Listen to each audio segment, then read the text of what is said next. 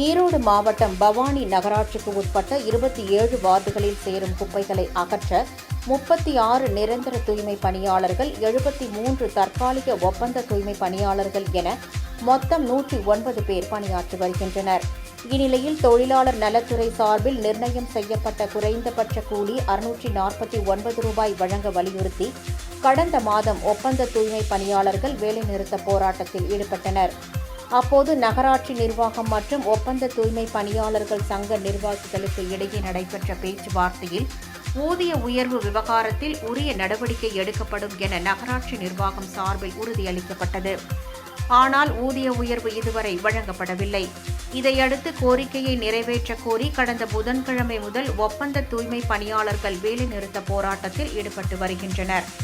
இந்த போராட்டத்தின் தொடர்ச்சியாக இன்று காலை நகராட்சி அலுவலக வளாகத்தின் ஒரு பகுதியில் ஒப்பந்த தூய்மை பணியாளர்கள் தர்ணா போராட்டத்தில் ஈடுபட்டனர். இதனால் நகராட்சி அலுவலக வளாகத்தில் பரபரப்பு நிலவியது. சம்பளத்திலே போட முடியாது என்று சொல்லி நிர்வாகம் மறுத்துவிட்டது.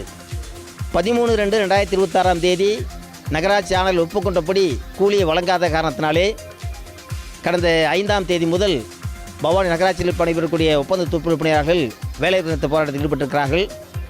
எங்களுடைய கோரிக்கையெல்லாம் இந்த மாத சம்பளத்திலேயே தினக்கூலி 646 என்பதை அமுல்படுத்த வேண்டும். 646 என்பதே மிக மிக குறைவான சம்பளம்.